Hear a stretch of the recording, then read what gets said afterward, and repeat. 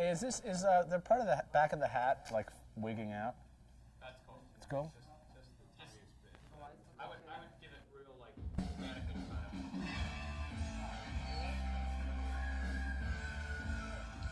Hello, America, and all residents of the Live Free or Die state of New Hampshire. This is Kevin Seal. This hour you're going to get to see In Excess, and also Squeeze has a new video for you. And we're going to have They Might Be Giants right in the studio to sing and dance for you. But first, here's a Steve Winwood video.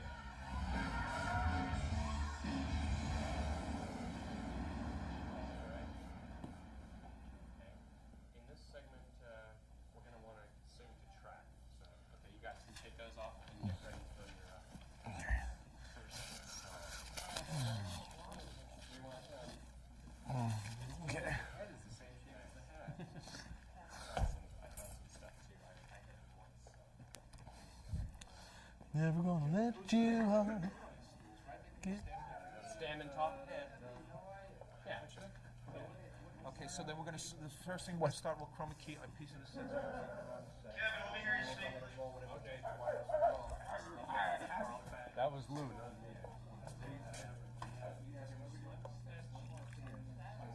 Hi. It's on 3/4 inch.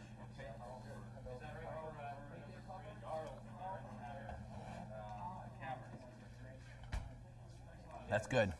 Hey, Why don't you guys get your hands? 5, 4, 3, 2.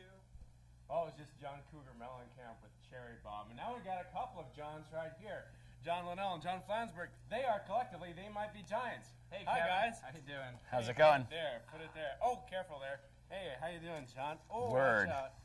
Word up. So you guys do that humorous and extremely popular video, Don't Let's Start. That's correct. That's correct, as well as a number of other songs. Yep. That is correct. Well, that's wonderful. Why don't we have you do one for us right now? Hey, yeah. Okay. This song's called. Sorry, John. After you, John. This song's called. Number 3.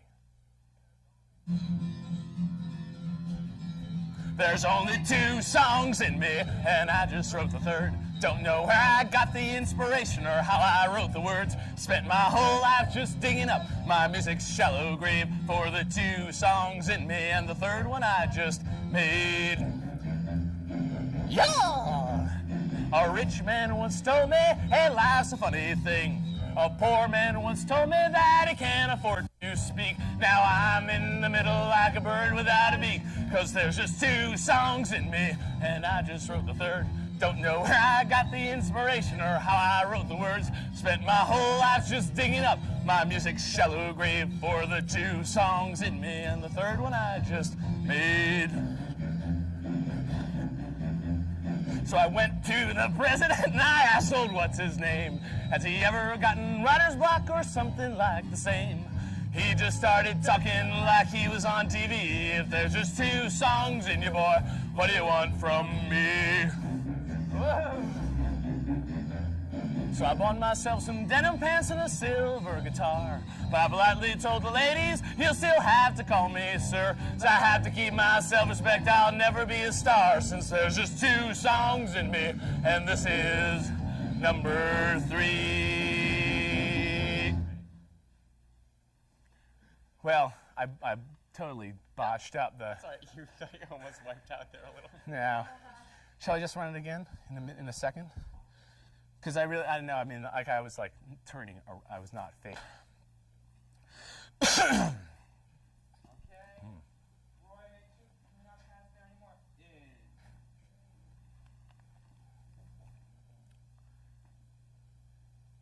It's funny how you can do a song like a million times and still forget the words. You know what I mean? There we go. 5, 4, 3, 2. Well, it's just John Cougar Mellencamp with Cherry Bomb. But now I have a real treat for you. It's our problem. I like the couple. It's a good segue. Okay, after Kevin walks out of frame, you can take 1 step back this way. You got it. It'll be like the pressure's relieved.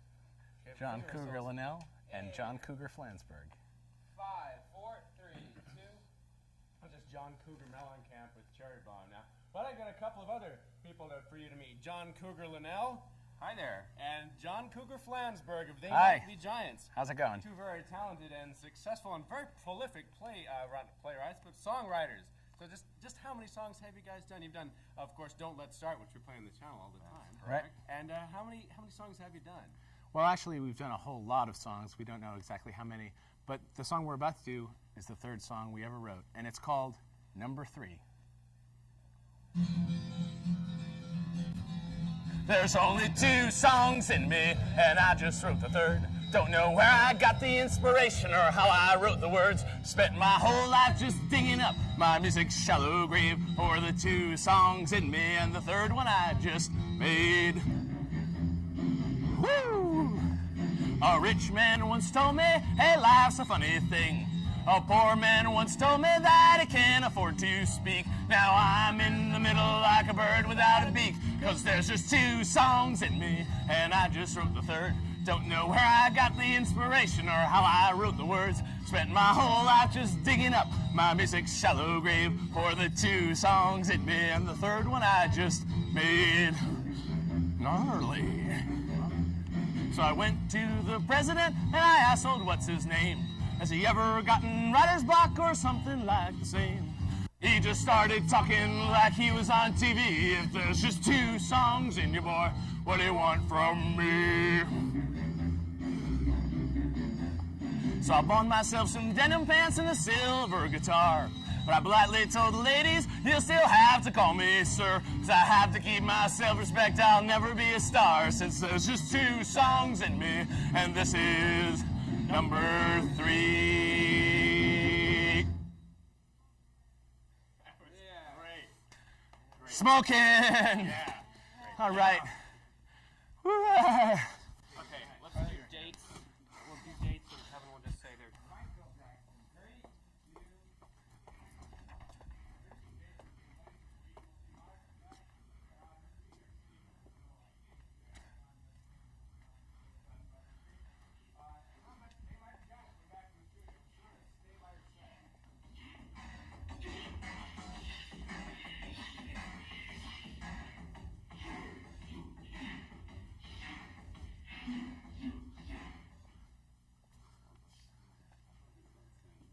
It's taken from Chinese martial arts.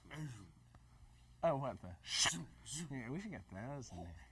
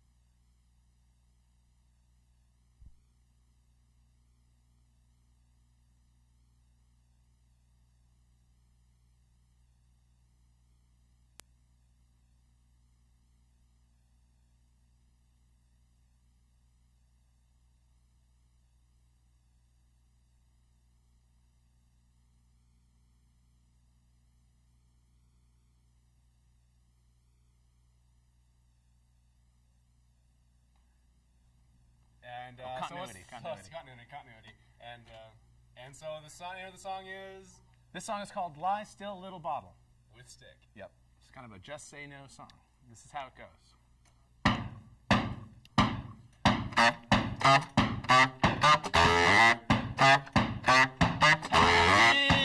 Little bottle, take my shaky hand. Love is not enough for me. I need a better man. Hold until at the bottom, singing my favorite song. Oh, I must investigate the last thing along. Oh, there's a man got a little close to me. Life is a pussy, a masquerading as a somebody. Well, I knew that there was nothing to get carried too nice. As it was, I had to sing this twice. Last little bottle, it ain't twisting time. Love you make you just disintegrate. Never in trouble. Last little bottle, take my shaky hand.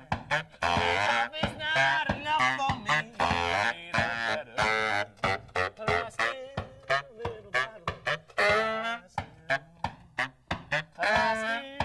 little bottle,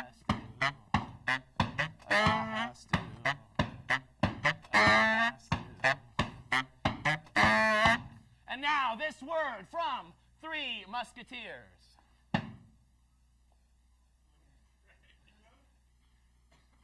Okay. Really came right out of the song.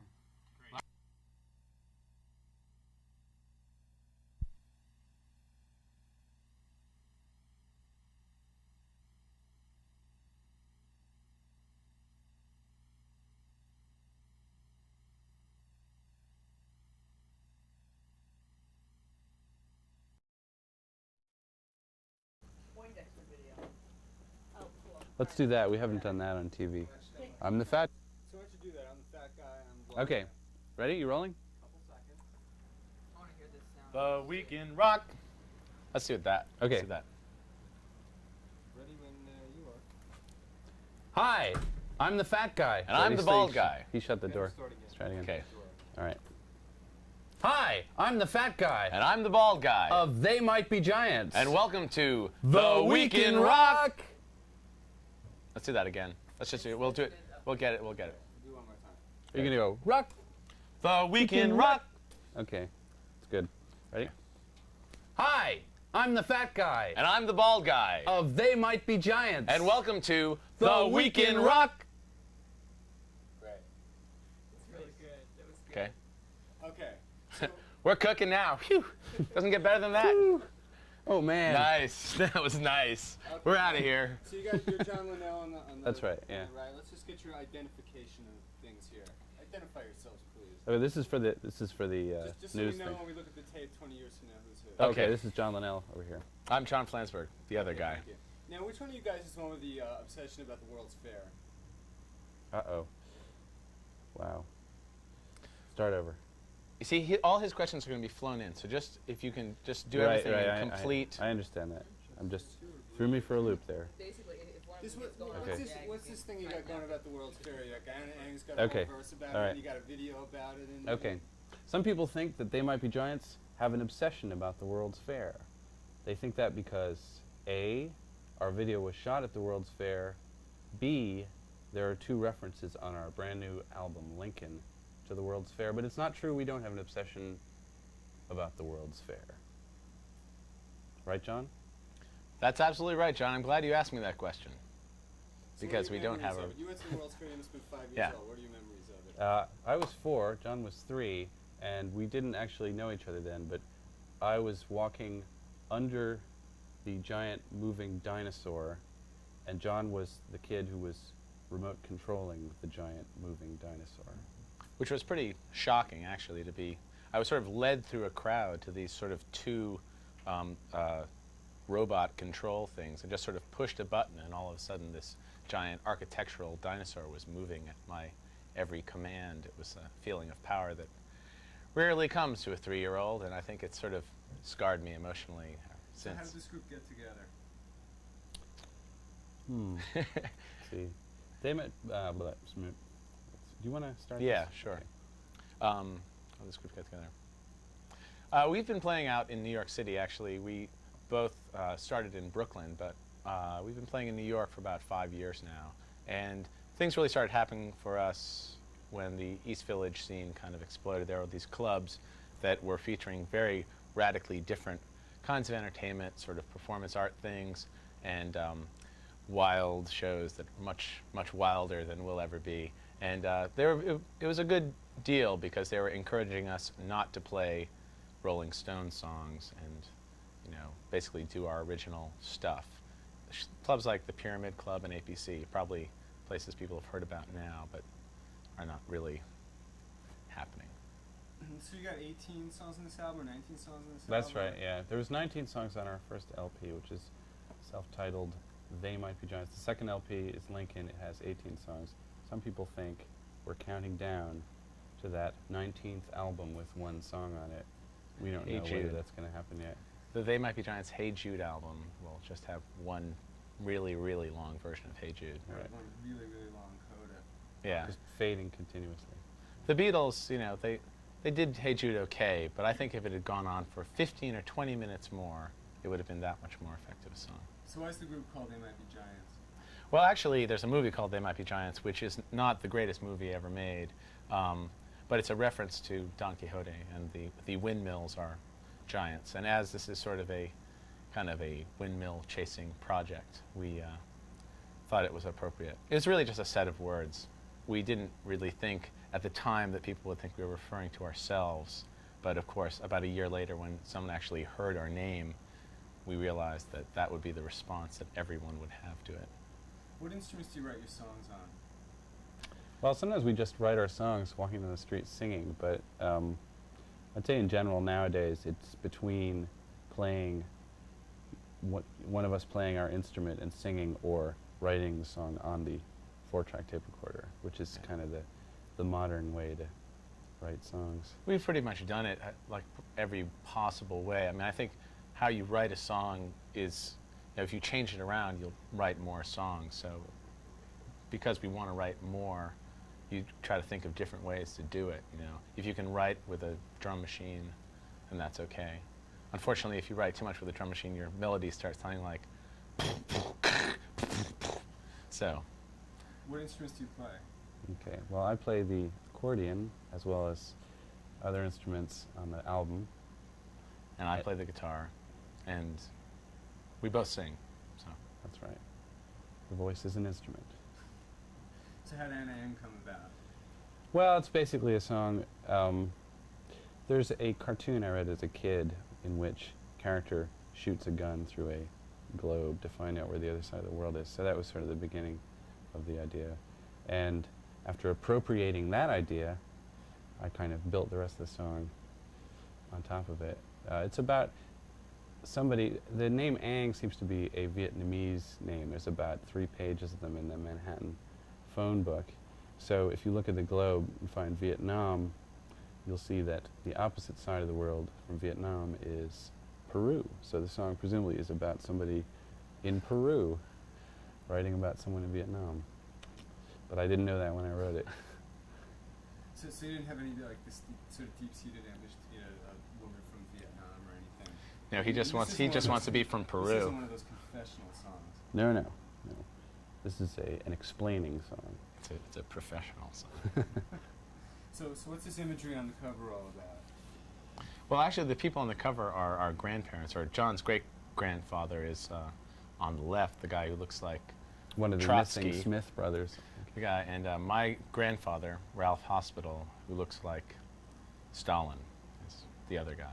So the guy who designed the shrine, a friend of ours, Brian Dewan, had the idea to put us on the cover, but then it seemed like it was sort of too much a shrine to us, which kind of made us feel funny. So we thought, how about just our ancestors? Seemed more interesting. People think that they're political figures that they should know, which is, again, we also did a video for Don't Let's Start with these big heads in them. That's our stage set. And people are constantly asking us, who's the guy? And Right. unfortunately, there's really no good story for either. We So- basically dug our own graves with all these Yeah. faces that people Yeah. think they're supposed to know. They're nobody. They're just faces. Spaces. So why is it called Lincoln? Well, basically, it just seemed like a good American name. We grew up in a town called Lincoln, but it wasn't so much for sentimental reasons that we called it Lincoln. It just, seemed like a good car, a good tunnel. Good log. Real good log. Do you guys live in the same house or in the same apartment, the same building? Or? No, we live about 3 blocks from each other in the town of Smarlborough Wait. in Brooklyn, and we're right across from Manhattan. It's kind of expensive living in Manhattan these days, so it's sort of nicer out there in Smarlborough. No, you lost your mind. Well, I just thought maybe we didn't want to make a big deal out of about it. What? About where specifically we live. I don't know. Just a joke. Just this kidding. is how group decisions are made. That's right. Right what's- here so in what's this Band room. conference. Right. What's Time. What are your home lives like? Or do you have these big palatial loft apartments? Or Nope. No. We live in shabby little apartments the same way we've lived for the past 6 years in New York, and we haven't really made any plans to move to palatial mansions. We're kind of waiting for the giant boat full of money to move Yeah. into New York Harbor, and that Yeah. hasn't happened yet. We are looking forward to being buried alive in cash, so our lives will change completely. We'll die. Yeah. what's the first thing you're going to buy? A really bad attitude. We're gonna get really, really bad attitudes. That's right. We're gonna stop talking to our friends and snub people in restaurants. No, nothing really. I mean, we really. We'll just be eating better, I think. Yeah. I mean, actually, I would say the last year has definitely been a better year financially. I mean, we're no longer broke all the time. So, and nothing much has changed. I like where I live, so it's fine. I've never really wanted to live in Manhattan anyway, so. So did you know each other when you were growing up? Yeah, John and I went to high school together in the town of Lincoln, and were sort of peripheral friends for a while, and then became good friends. We worked on the high school newspaper together, which was kind of this elaborate. Escape. Yeah, nobody really read the newspaper in high school. I don't think people were really interested in it, except for the staff of the newspaper. But you see, you got an Really office, obsessed with it. so you got to sort of get away from, hang out in the halls. There were very few places to actually be outside of class, so it was a good way to sort of, play hooky on school grounds. Right. Yeah, you got to hang out after school and didn't have to go to a job or anything. Mm-hmm. Right. So what are like the big musical influences on the Memphis Giants? Are there any? Well, the thing is, we went through this period in high school where we kind of, everyone we knew kind of went through this thing of hating all the stuff on the radio, and that was sort of the overwhelming attitude, was what we didn't like at that point. And then right around the time we were getting out of high school, all these bands started coming out of New York and England, and it seemed like things were turning around, and part of the thing was that you could play in a band without really being a total expert technical musician. So that was an important thing for us, since we were not technical expert musicians. I think we sort of go more for songs and even other things that have kind of an X factor in them. Not necessarily that we like every Willie Nelson song, but we like the Willie Nelson song that's got the really spooky woman's voice in the background going, ah, and that's really the thing that sort of gets us going more than like a particular genre of music. So that's that X factor. Yeah. So what bands were there when you were getting out of high school? What bands came out? Well, it's fun. I mean, it sounds sort of cliche to say this, but for example, the Ramones was like a band that seemed to be like just doing whatever they wanted to, and I think it was more the attitude than anything else. I mean, it wasn't that we were going to start doing 3-chord, Being the Ramones. fast 2/4 songs, but that was a really sort of a door opening for us in terms of the attitude behind the music. We both really were into the songwritery people who came after that, like Elvis Costello and XTC, were bands that were kind of interested in the song form and really working from that perspective, as opposed to the sensitive trees of Norway you know, or just very personal kind of confessional music, which made us sick. But now we're getting more into the Trees of Norway thing. I think you'll find our third album, Trees of Norway, will turn it all around for us. That's right. What did you do as day jobs? Do you still have day jobs now? No. When we started the band, I was actually counting people on Metro North. That was my job. I was a people counter for the railroad, which pretty much consisted of standing in Grand Central Station with a clicker at a whatever bottleneck there I could find and counting the people as they streamed by, which was sort of a strange job to have hundreds of thousands of people looking at you funny. You know, they're like wondering what you're doing, and you know, you start thinking that everybody in the world kind of looks like.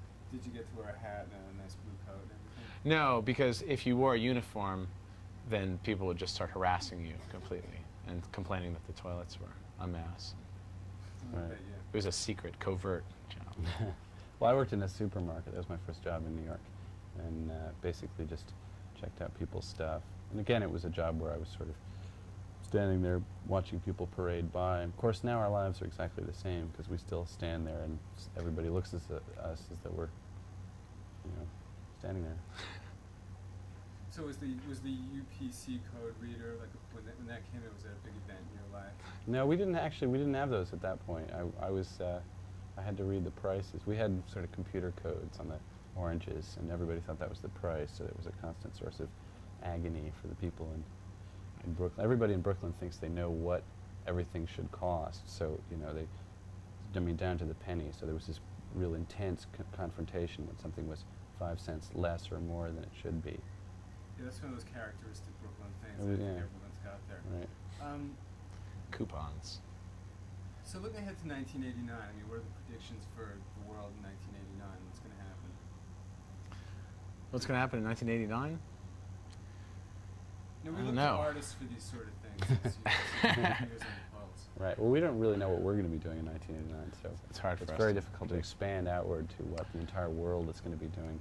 We're going to have a brand new funky president, and it's going to be It's going to be pretty really, unpleasant. really bad. Yeah. Yeah.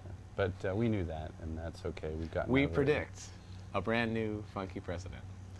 So I noticed that the President Kennedy on this album. Is this the introspective, historical sort of thing you're getting into?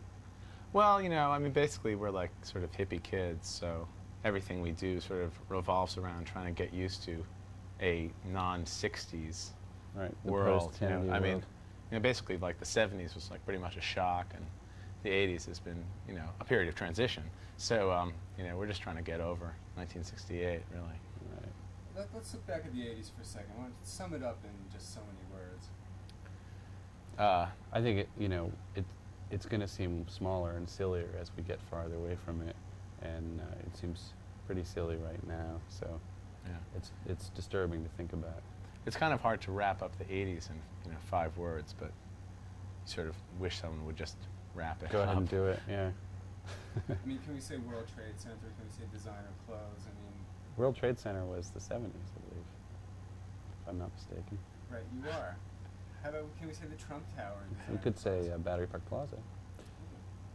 Nice. I don't know. What happened in the 80s? I see. The thing is that in 1980, when we were starting to think about what we're going to do with ourselves, it seemed like the 70s was the period that we were going to be kind of getting over and, you know, building a better world from, you Yeah. know, building this city.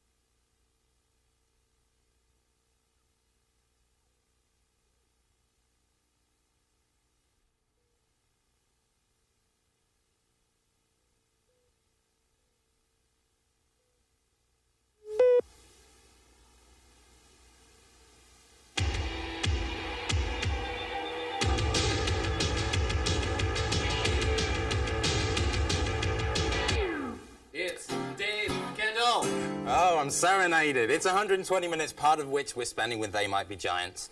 And if there's one thing I hate, it's breaking tradition.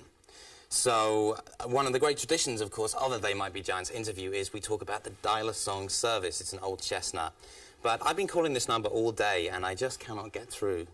I mean, I guess this means you're successful now or something, is that right? Well, we went down to the crossroads and shook hands with the devil, Dave. That's all it takes? Yep. Boy, that's the easy way out. Yep. Mm-hmm. Do you have a new song on that service every day? Is that really true? Well, it's kind of a rotating bunch of songs, but actually now that our new record is out, we actually have to take all those songs off and put on new songs. So we've got to go back and write some more. How many songs do you have in total? How many songs have you ever written? 1 10. million. Someone's lying. Uh-oh. I think it's somewhere between there, but we're not really sure. Somewhere between 10 and a million. Yeah. And you have 19 on your new album, Flood, is that right? That's Yep. true. The magic is back. 19 on our first album, 18 on our second, 19 on our third. The magic is back. What will the fourth have? Staring into your crystal balls. Talking to crystal balls and Nancy Reagan as we won. What do you think of Nancy Reagan compared with Barbara Bush as a first lady?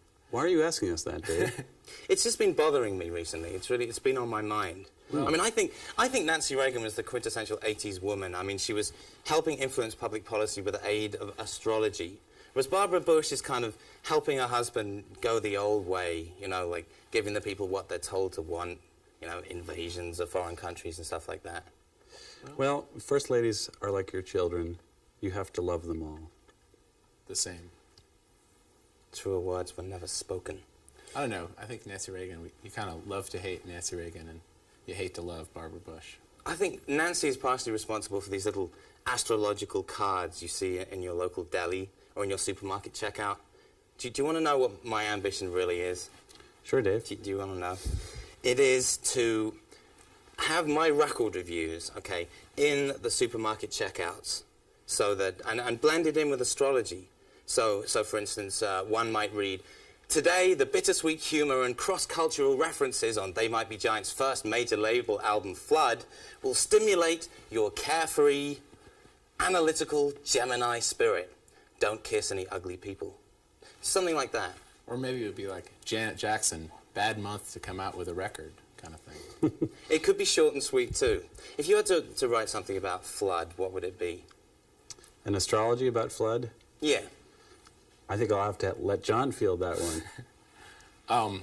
John? No, I think "Buy This Record" would be the slogan. Now, we're going to hear a song from Flood a little later on, I hope. That's right. But right now, you're going to do something off your last LP, Lincoln. Is that right? Which is this? It's a nostalgic look back at a song from 2 years ago called Where Your Eyes Don't Go. Take it away.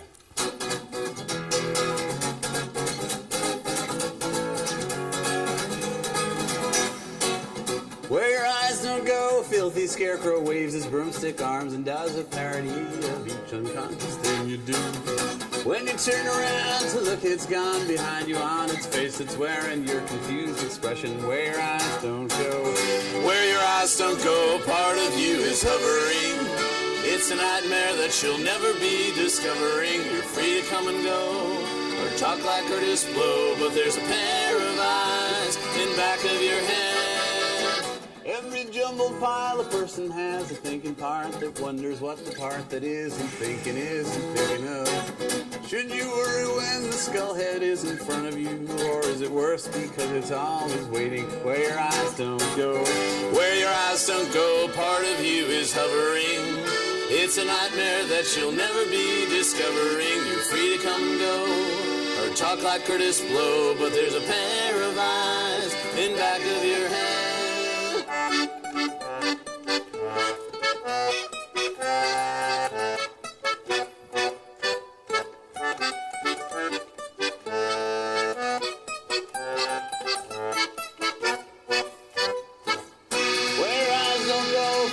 Scarecrow waves his broomstick arms and does a parody of each unconscious thing you do. When you turn around to look, it's gone behind you. On its face it's wearing your confused expression. Where your eyes don't go.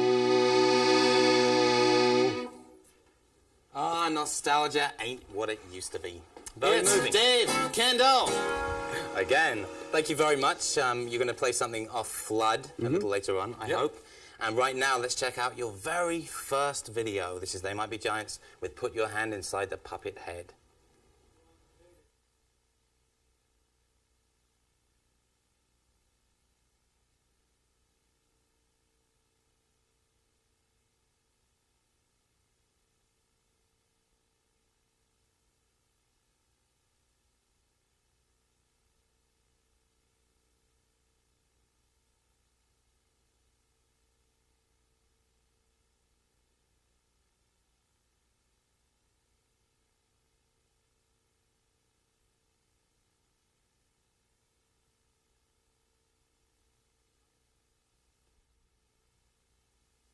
Am I glowing? Okay. Ouch. Yep.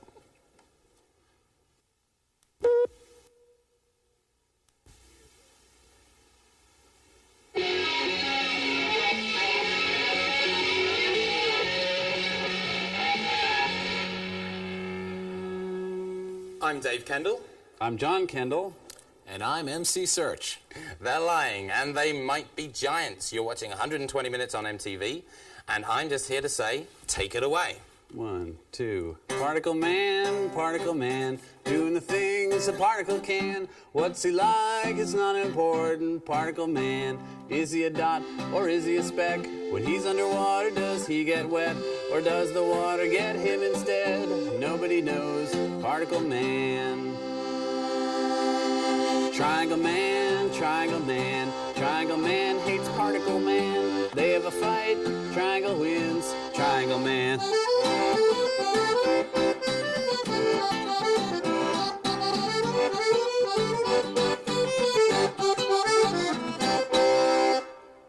Universe man, size of the entire universe man, usually kinda smaller man. Universe man, he's got a watch with a minute hand, millennium hand, and an eon hand. And when they meet, it's a happy land. Powerful man, universe man. Person man, hit on the head with a frying pan. Lives his life in a garbage can. Person man, is he a mess or is he depressed? Does he feel totally worthless? Who came up with person man? Degraded man, person man.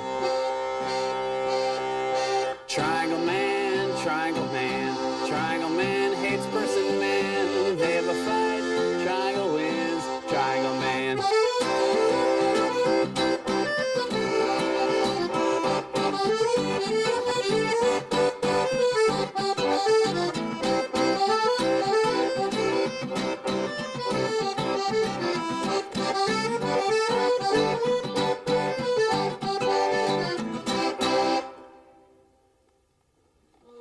Thank you very much. It's Dave Kendall. Ooh, I love those serenades. So, Particle Man off your new album, Flood. Now, this is kind of a serious album, isn't it? I mean, you got some serious guest musicians on it. Arto Lindsay, you got him on it. Yep. He's serious. Now, he's played with Golden Palominos before, right? Indeed. Yep. Ambitious Lovers. Who else have you got on the record? We've got a guy named Charlie Spalveda, who's Tito Puente's trumpeter. We've got a guy named Mark Feldman, who's a violinist who plays in a band called Arcado. Now, is he the one that played with Jimmy Swaggart and Jerry Lee Lewis? Is that the guy? Yes, he's one and the same. And he's played with a lot of other country people. But I think when you're a professional violinist, you're forced to play with all country western musicians. You have to be very Catholic in your taste. Now, your first video of Flood is Birdhouse in Your Soul. And this strikes me as really kind of a cutesy little love song. Like the kind of song which... Cutesy, Dave? Cutesy. I think a band that's trying to sell out, that's trying to make their mark in the Billboard Top 40 is going to do. Hey, how do you I feel thought our about that? people told your people that the selling out stuff couldn't come up on the show. I'm a rebel, okay? I mean, I don't take orders. Okay, no, well, we just did a nice song. Yeah, that's okay. You haven't offended us deeply with that remark. So Good. We're That's fine. good. Birdhouse in Your Soul. Tell us a little bit about your interpretation of it. It's obviously not a cutesy love song. Well, it's a song about a nightlight, Dave. It might be a cute nightlight in some people's eyes. I don't know. That's pretty much the whole story of the song, though. It's about a nightlight. Sounds like a good time to take a look at it. I think so. John Linnell, John Flansburgh, thanks very much for coming by. This is They Might Be Giants with Birdhouse in Your Soul.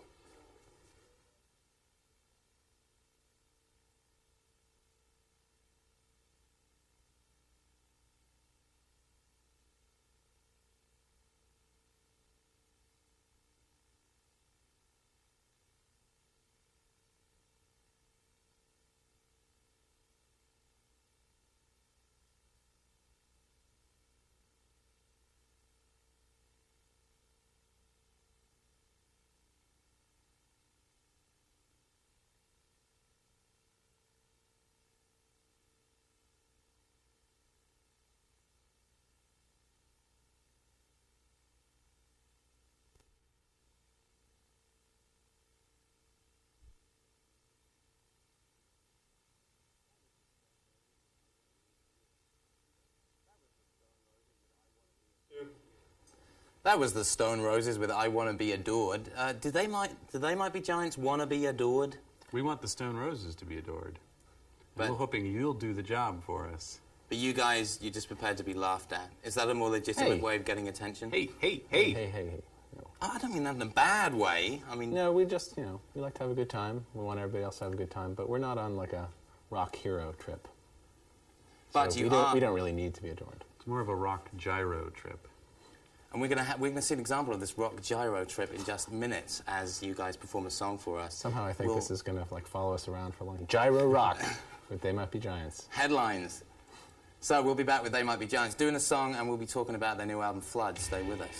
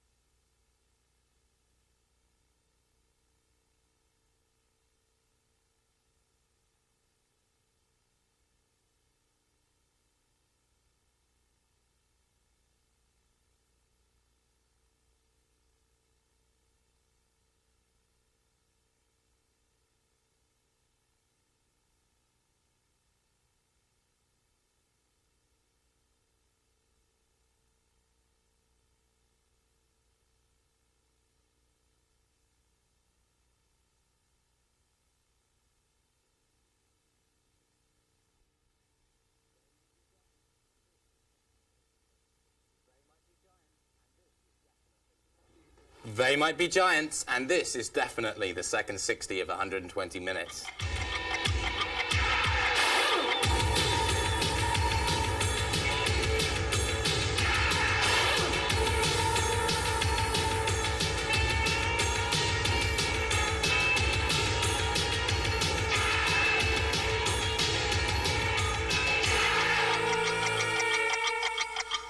Dave Kendall with you for the second 60 of 120 minutes. They Might Be Giants are here. They'll be talking and performing. They're multi-talented guys. And we'll be checking out videos from now. I always run out of fingers when I The do this. Can you help Creatures. me out? The Creatures. The Creatures. The Creatures. Creatures. Opal. Opal. The Lilac Time. Passion Fodder.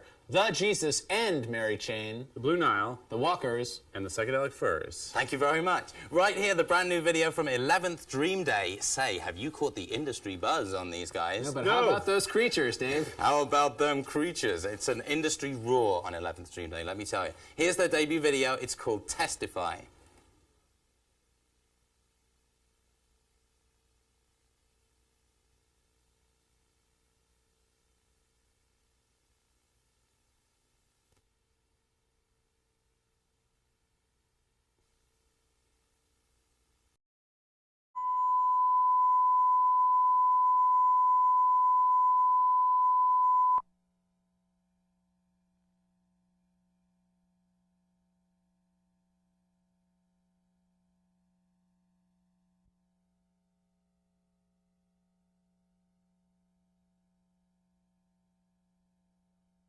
John Flansburgh was the director, and I just said, let's get, he said, let's get Brian Wilson, and we couldn't get Brian Wilson, so let's get Chris Elliott. And Chris Elliott couldn't do it because had some sort of back problem. He couldn't come down. And so that was, get my little brother and get the guy Tony Asher, From his eponymous debut solo album, that's ex-Pixie Frank Black with Hang On To Your Ego, a video directed by Mr. John Flansburgh over here from They Might Be Giants. And now here's a song by They Might Be Giants, soon to be out on CD 5 and 7-inch single, and it's called Why Does the Sun Shine?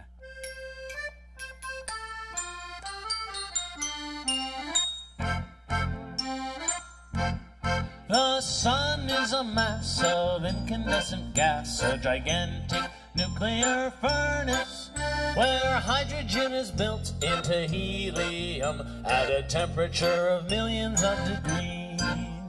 Yo-ho, it's hot, the sun is not a place where we could live. But here on Earth, there'd be no life without the light it gives. We need its light, we need its heat, we need its energy. Without the sun, without a doubt, there'd be no you and me. The sun is a mass of incandescent gas, a gigantic nuclear furnace, where hydrogen is built into helium at a temperature of millions of degrees. The sun is hot. The sun is so hot that everything on it is a gas. Aluminum, copper, iron, and many others. The sun is light. If the sun were hollow, 1 million Earths would fit inside, and yet it is only a medium-sized star. The sun is far away. It's about 93 million miles away, and that's why it looks so small. But even when it's out of sight, the sun shines night and day. We need its heat, we need its light, the sunlight that we see. The sunlight comes from our own sun's atomic energy. Scientists have found that the sun is a huge atom-smashing machine. The heat and light of the sun are caused by the nuclear reaction between carbon, helium, hydrogen, and helium. The sun is a mass of incandescent gas, a gigantic nuclear furnace, where hydrogen is built into helium at a temperature of millions of degrees.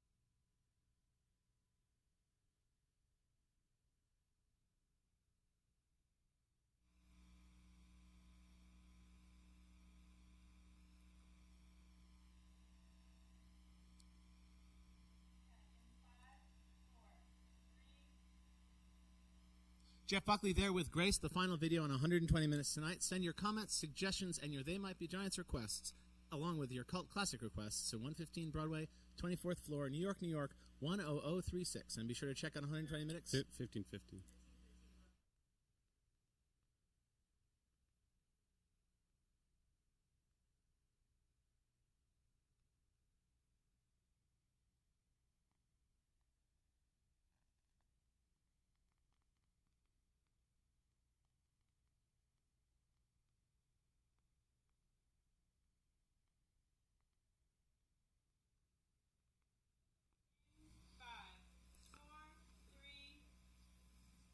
Jeff Buckley there with Grace, the final video on 120 Minutes Tonight. Send your comments, suggestions, and cult classic requests to 1515 Broadway, 24th floor, New York, 10036. And be sure to check out 120 Minutes this next Sunday night at midnight, 11 Central, when the Reverend Horton Heat will be here to perform live.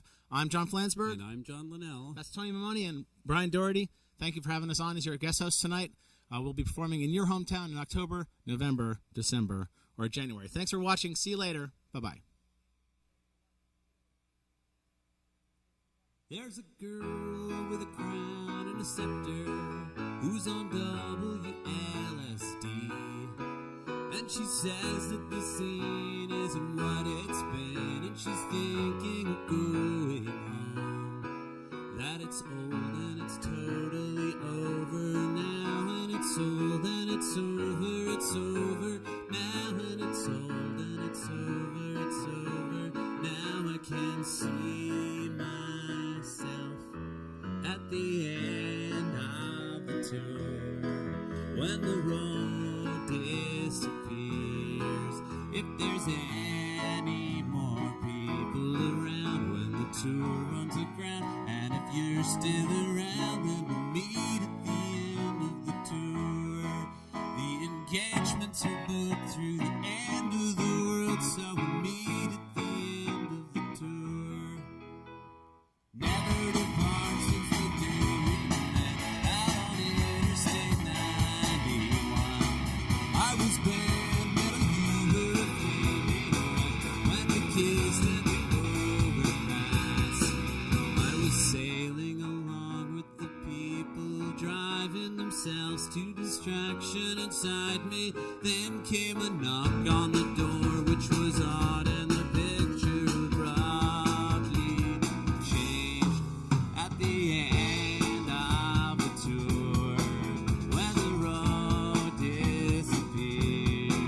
If there's any more people around when the tour runs aground, and if you're still around, then we'll meet at the end of the tour.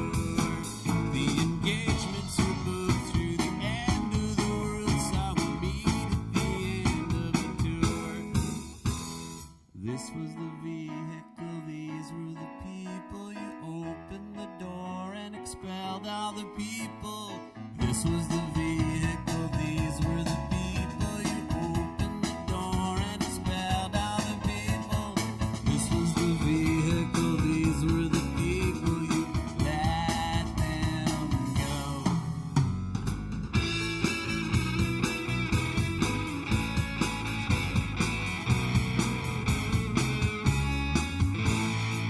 At the end of the tour, when the road disappears,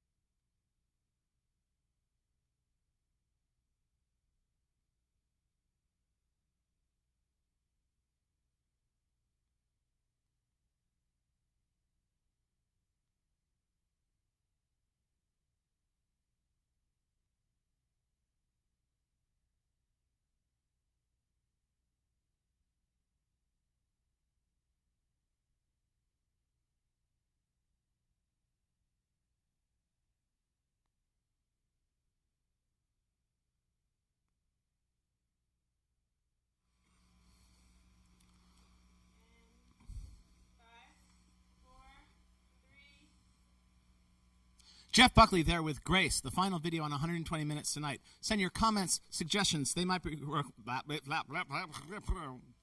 Kill me. Here we go again. But let's hold on to that one just for the laughs.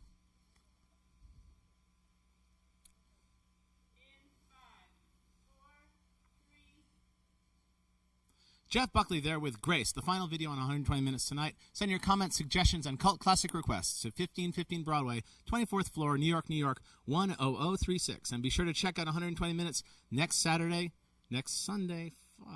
Sorry. Here we go. Actually, can you get it just a little bit closer because I'm having a little bit of trouble. My prescription is not that good. Yeah.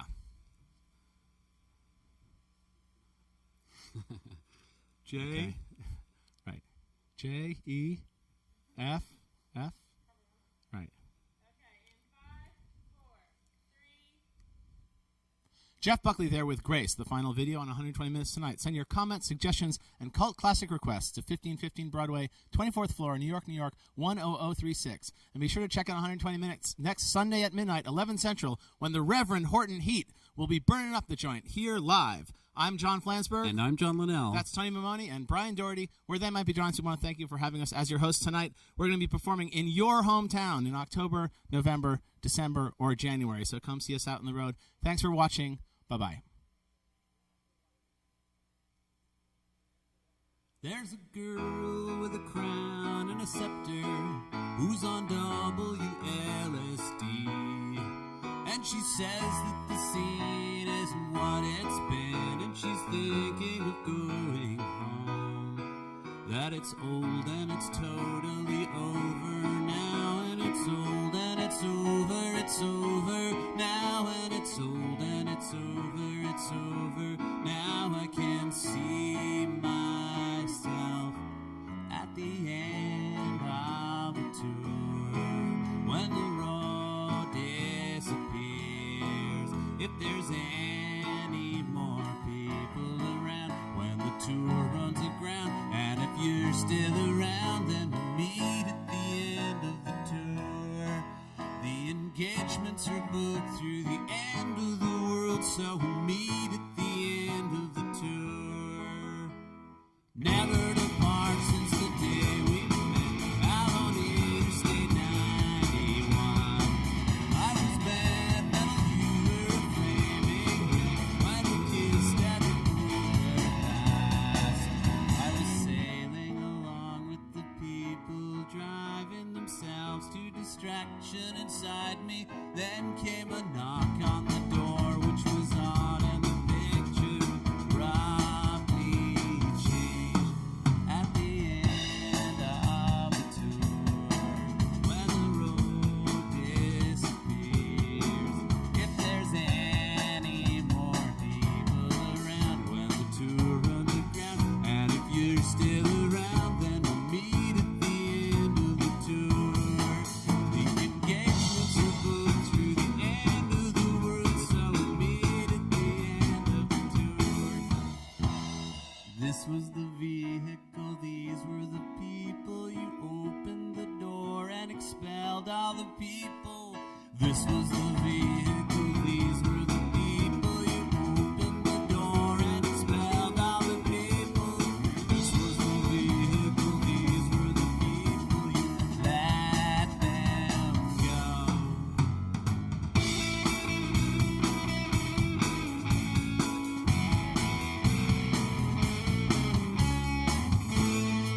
At the end of the tour, when the road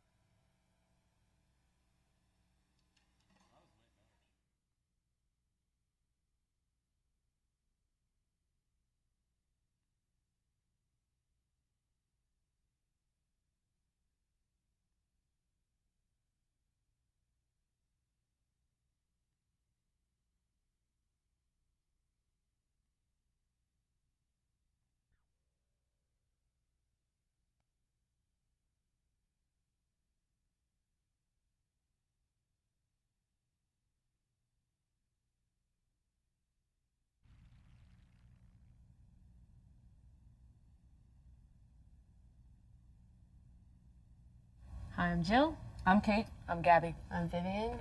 We're Luscious Jackson. And you're watching 120 Minutes on MTV.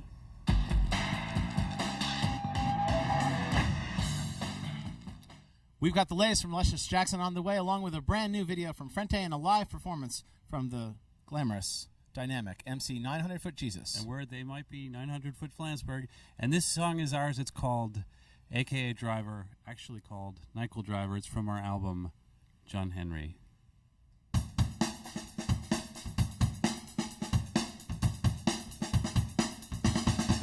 It's just a fool that's drive away. It's just a fool that's drive away. It's just a fool that's drive away. It's just a fool that's drive away. We can fly like birds in the air. We could walk, but we never get there. It's just a fool that's drive away. It's just a fool that's drive away. It's just a fool that's drive away. It's just a fool that's drive away. You can talk 120 with no hands on me. Hey, Nyquil driver, Nyquil driving time. Hey, Nyquil driver, get out my lane, get out my way.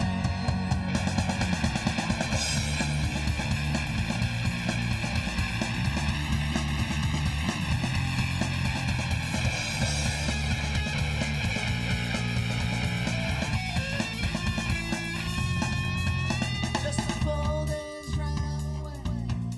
It's just a fool that's drive away. It's just a fool that's drive away. It's just a fool that's drive away. Hey, Nyquil driver, it's Nyquil driving time. Hey, Nyquil driver, get out my lane, get out my way, get out my way.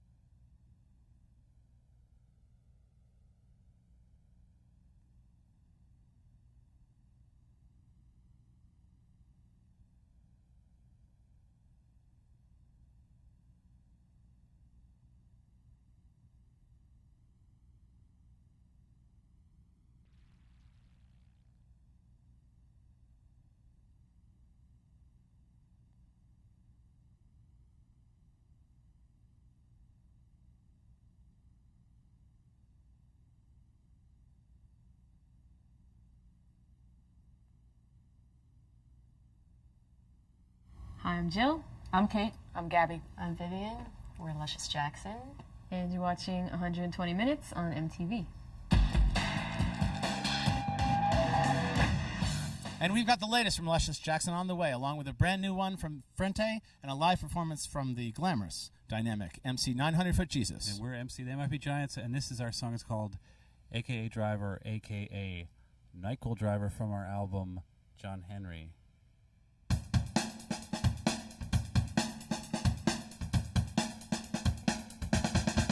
It's just a 4 days drive away. It's just a 4 days drive away. It's just a 4 days drive away. It's just a 4 days drive away. We can fly like birds in the air. We could walk, but we never get there. It's just a 4 days drive away.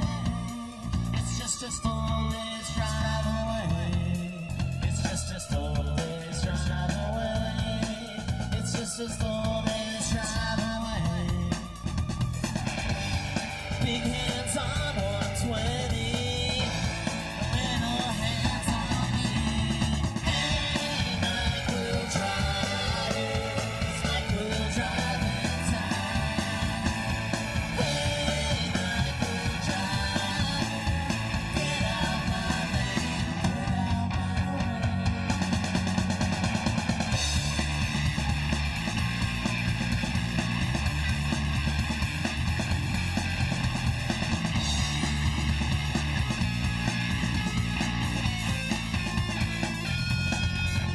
It's the 4 days drive away.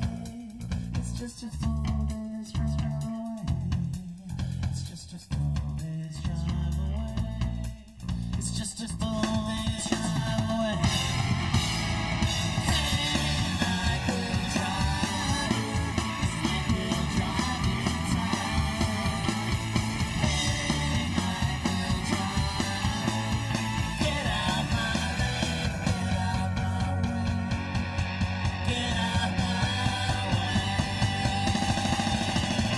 Hey, Nyquil drivers, it's Nyquil driving time. Hey, Nyquil drivers, get out my lane, get out my way, get out my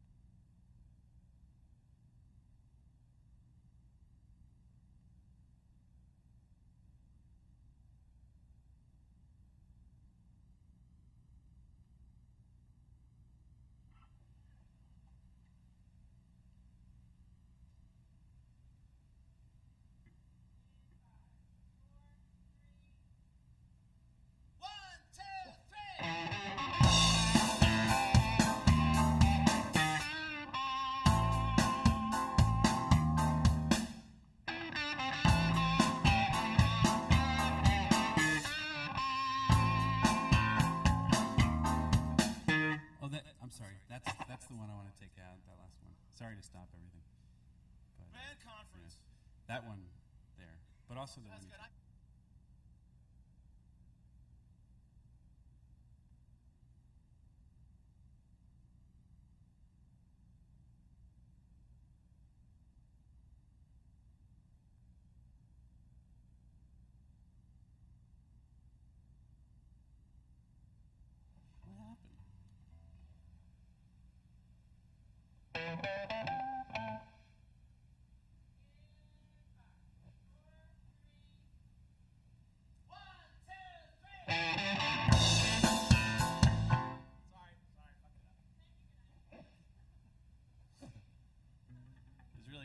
It's really been fun working.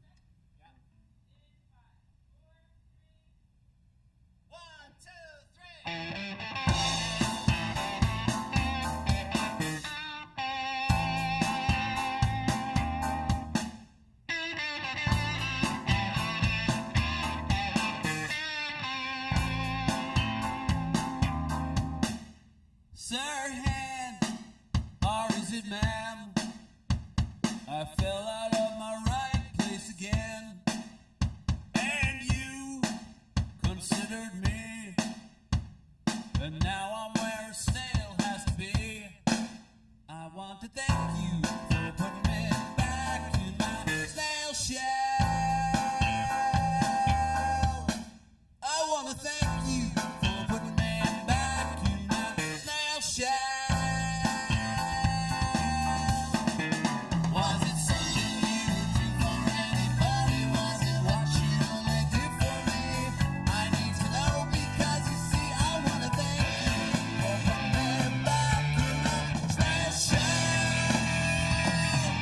Friend, look what you gave, and how can you ever be repaid? How may I give you a hand from the position at your feet where I stand?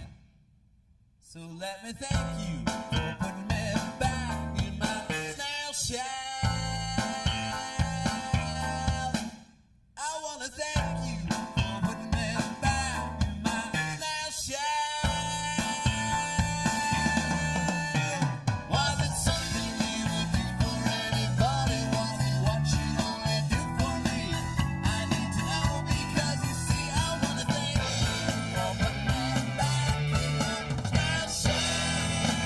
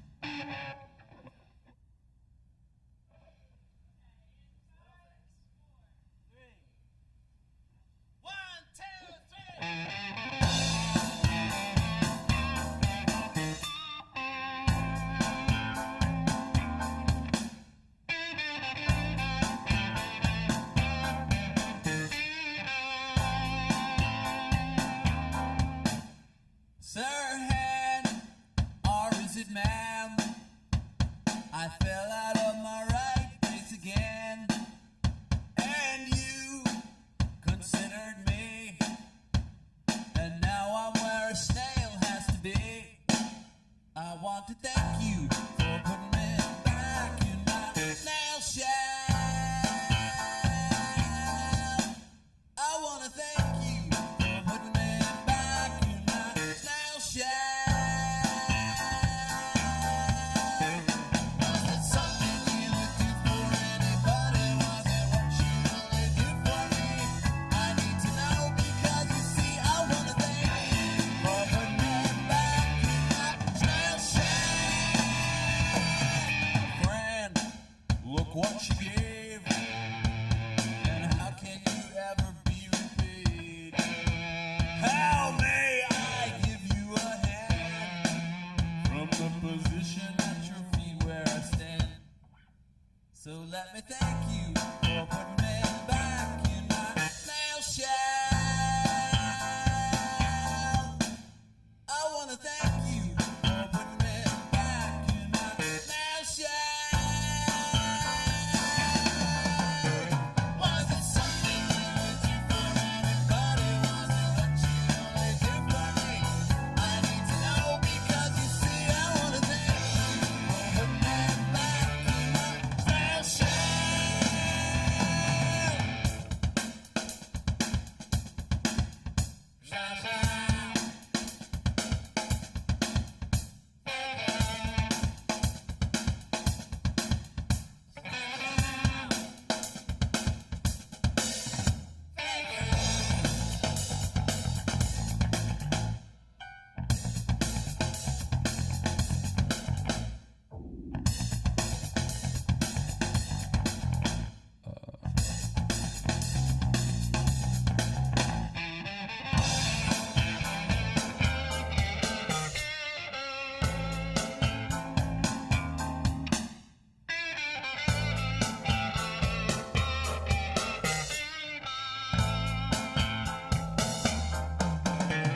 Was it something you would do for anybody? Was it what you only do for me? Or was it something where you went to when you saw me? And so it made me thought that I wanna thank you for putting me back in my snail shell.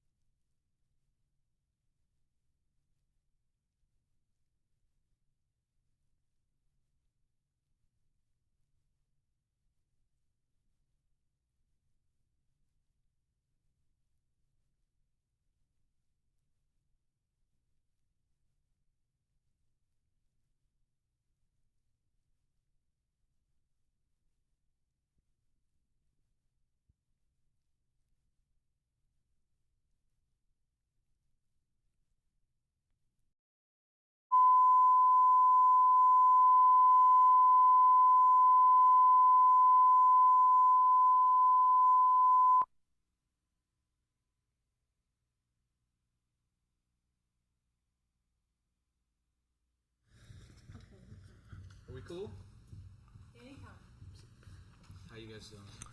We are doing excellently. Good. We are asleep. Then we are all together.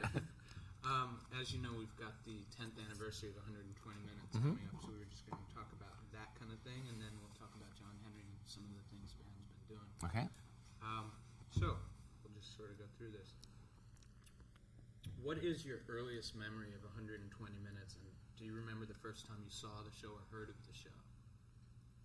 No. This interview's over, man. All right, well, thanks very much. Hey. Thanks for coming in. My earliest memory of 120 Minutes was we were just starting to do television in general, and we were doing the Joe Franklin show, and which was filmed next to the Romper Room set in Channel 9 out in Secaucus, and we did 120 Minutes here, which was very exciting because they basically let us do whatever we wanted, and we were doing Nick Rocks, which doesn't exist anymore, but it was like a rock show for kids where they had to play Ghostbusters on every show. So we're kind of working all the demographics there, kind of the elderly set, the kid set with Nickelodeon, and kind of in the middle. The elderly kids. Yeah. In the middle there. Yeah, that was really actually very early on kind of encouraging experience because, John actually had this idea that we'd make up a song for 120 Minutes, and it was right before we went on. John had a guitar, and we were like, okay, a song about 120 minutes, not knowing whether that would be considered okay or not. But then we came out and did the song, and we weren't kicked off the show. We came back and played the song again and again. We tried writing a song for Joe Franklin, but he didn't like it as much. Do you remember the early videos or what interviews that may stand out in your mind from? Well, the Dave Kendall years stand out. Actually, I remember early on that we were kind of trying to come up with a lot of visual stuff, and most of it was pretty much just what was available. Like somebody had a snow machine, so we had snow falling behind us that didn't particularly have anything to do with whatever else was going on. And then we did something else where we had. This actually looked really interesting. We had different cameras set up. On one was on Dave and one was on us, I think, and the images were superimposed, so it looked like we were together, except we were slightly different sizes, but not a lot, just a little. Unsettling. Yeah, it was kind of disturbing. Good late night stuff. So, can I do my girlfriend's impression of Dave Kendall? Please. Coming up, cracker.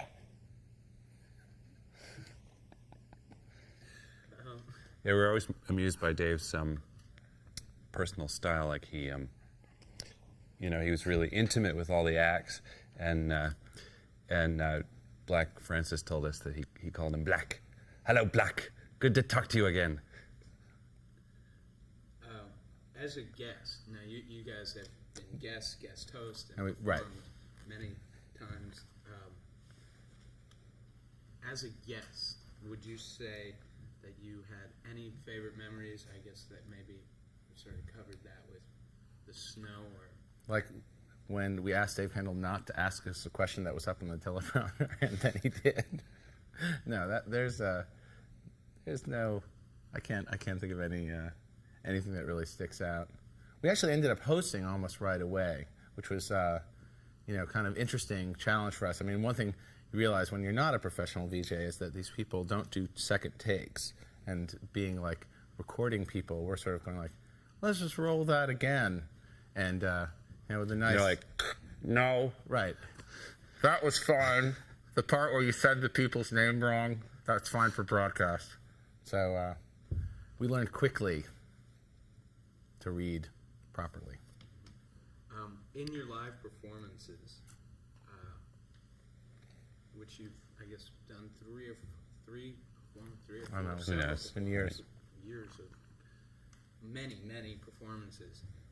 Any of your performances stand out as particularly fun or exciting? Well, we did one show where we had, it was, I think, the first time we had our band, we had other musicians playing with us, and we did this thing where we kind of punctuated all the stuff we were reading off the teleprompter with hits from the band, and that was kind of like an example of, actually taking this thing that was, it actually looks more interesting on TV to see somebody reading a teleprompter than it feels when you're reading the teleprompter. It seems really dumb, but having the band like doing the background kind of made us feel actually like we're being, creative or something, or at least show business professionals.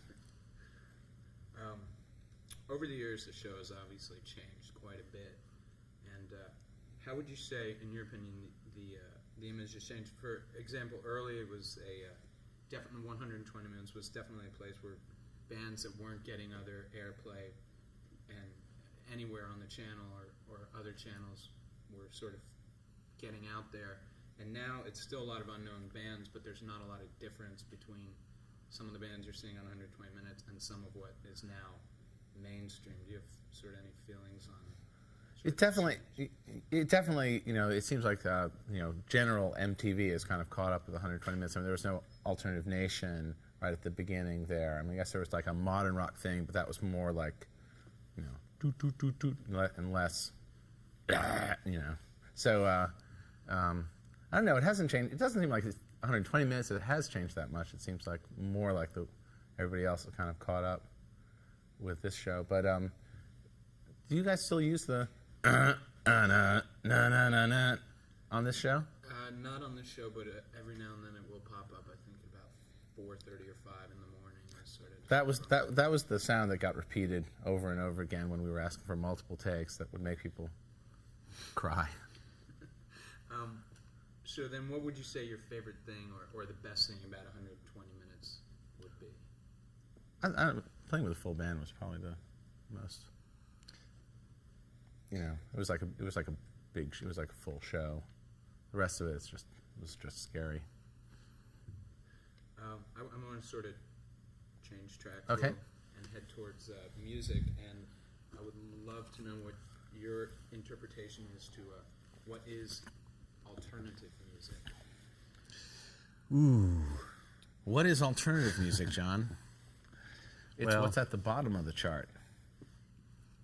I'm into underground rock myself. I don't know. It's one of those expressions that seemed really appealing at one time, and now it's kind of frozen in a particular kind of music, in a particular style, and it's like a lot of those labels that are trying to express something open-ended. It probably doesn't serve bands as well anymore, and I think probably there's fewer bands that would want to call themselves alternative.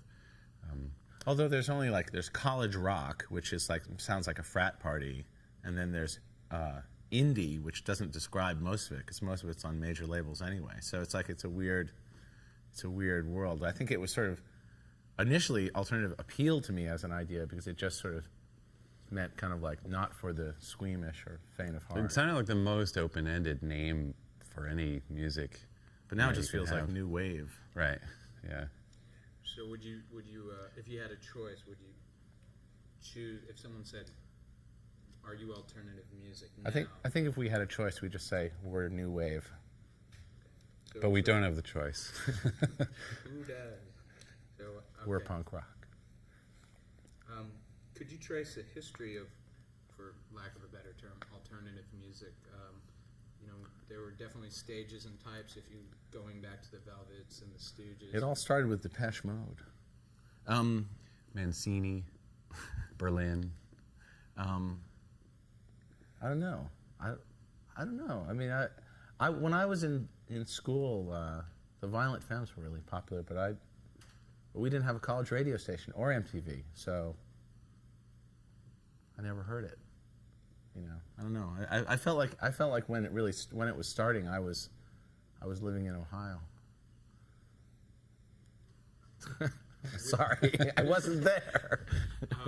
Well, I mean, it's like that sort of the early '80s, like post new wave rock experience was like I think you had to be living in a city to really get it, and I wasn't.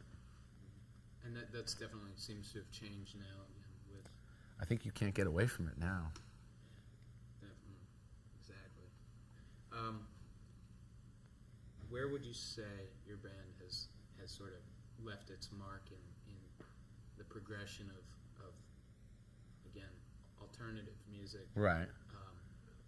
sort of what would your stamp be if you had a place where you could say, this is Yeah. where we impacted, and this is sort of the influence we plugged in here, and then this is how we got to here. Yeah, I think every band probably wants to say this, so so I'll say it too, which is that I feel like we, really tried to do something individual that wasn't, part of a particular movement. We wanted to do our own thing and have it be distinctive, and I think we, for better or worse, we pretty much cooked up our own thing. We kind of came on the heels of the new wave. Well, late on the heels of the new wave scene, but that was kind of the environment that we were aware of when we first started talking about doing music together, and then there's obviously been all this stuff that's happened since we've fully been here making records, so we're not part of that scene either, obviously. So, I mean, in that sense, I sort of feel like we kind of fall in between the cracks to some degree, but I think that's probably just fine. That's probably what we would have wanted, is to be perceived as doing our own thing. Well, it is funny to see bands get compared to us now, because a lot of times I don't catch it.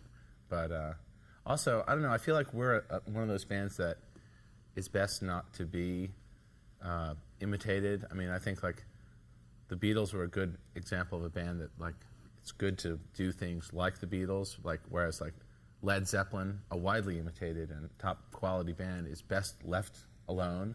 Some bands, the influence thing works better than others, But or like the Velvet Underground is a perfectly good example of a band that like you can imitate what they do and you might come up with something good on your own. But yeah, what also points up the difference. I feel like if you imitate us, it's going to be bad.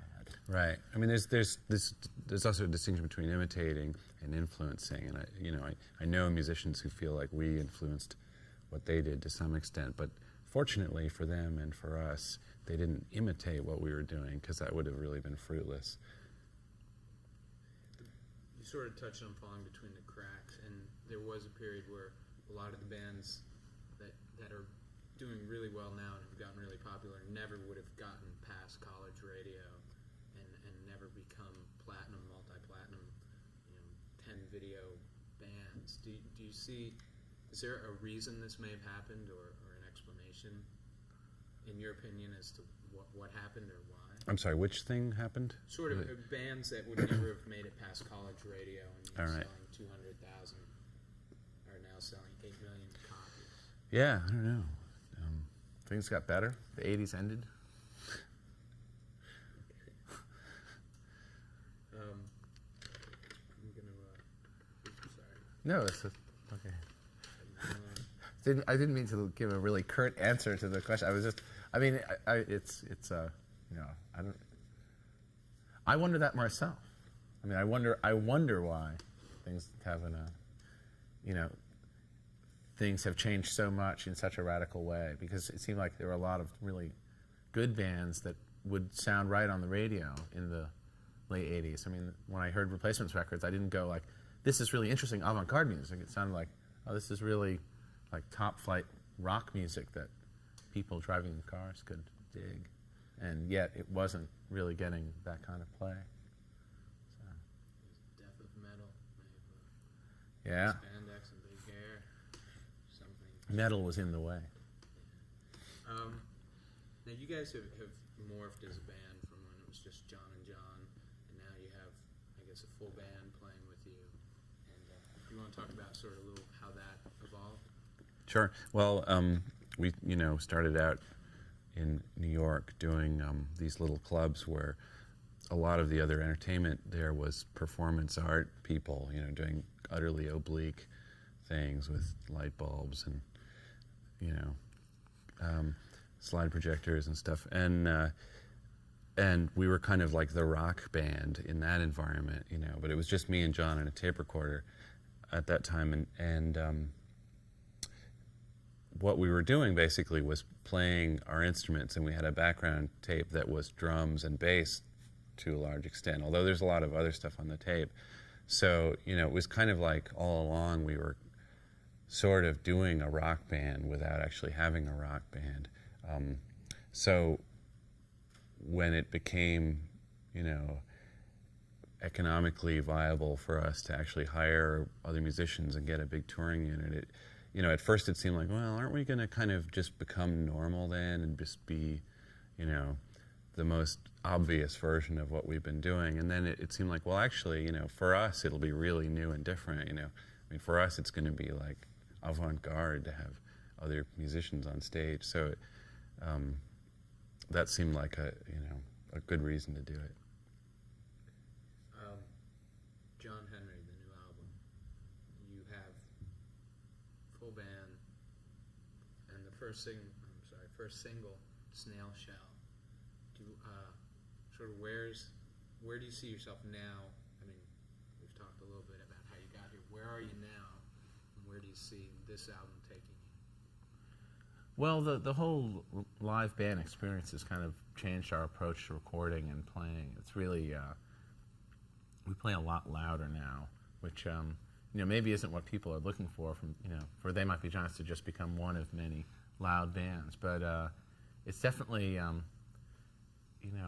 playing with other musicians has brought in a lot, has kind of brought the music to the foreground, and I think that's exciting for us. People have always really focused on the lyrics, and for us, songwriting is really the balance between the music and the lyrics, and it's nice to have people at the shows dancing and just doing the kind of things that people do at a musical event, rather than just like, acting like they're at a poetry reading. Our words are okay, but it's really a package.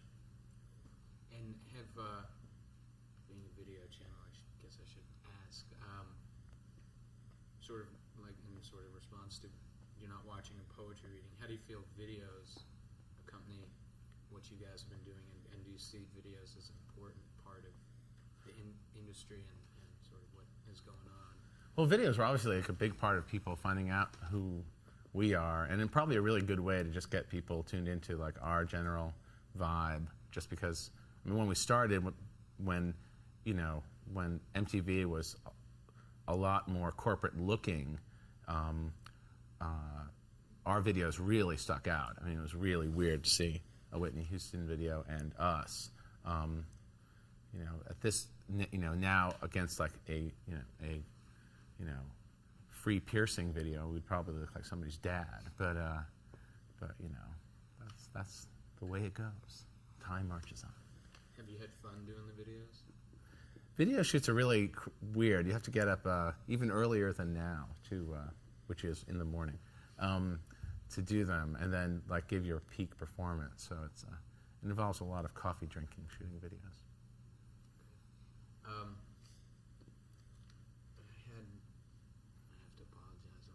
No, I know. Hey. I'm totally commiserating. I'm going to drink a little more coffee myself here.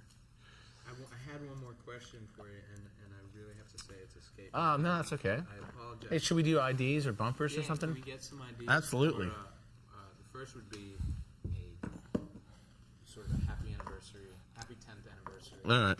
ID yourselves, John and John. Can we just make the shot a little more dynamic? However you would like to do this. Cool. If you want, you can stick it in your pocket, or you can put it in your belt if you have Okay. Or you can just hold it up. Just hold it up. it. You're gonna hold it up. Do you want? You're listening to 120 Minutes, my pacemaker. Yeah. That was pretty good. Let it be. Pretty good, Captain Kirk. Yeah. Very nice. Anything. Hey, do you want to sing this? You want to sing the song? Sure, I'll sing the song. Do we have? You want to hum along? I'll sing the harmony part. Okay, but if you're louder than me, it'll sound like some kind of Chinese. You sing real quiet. Okay.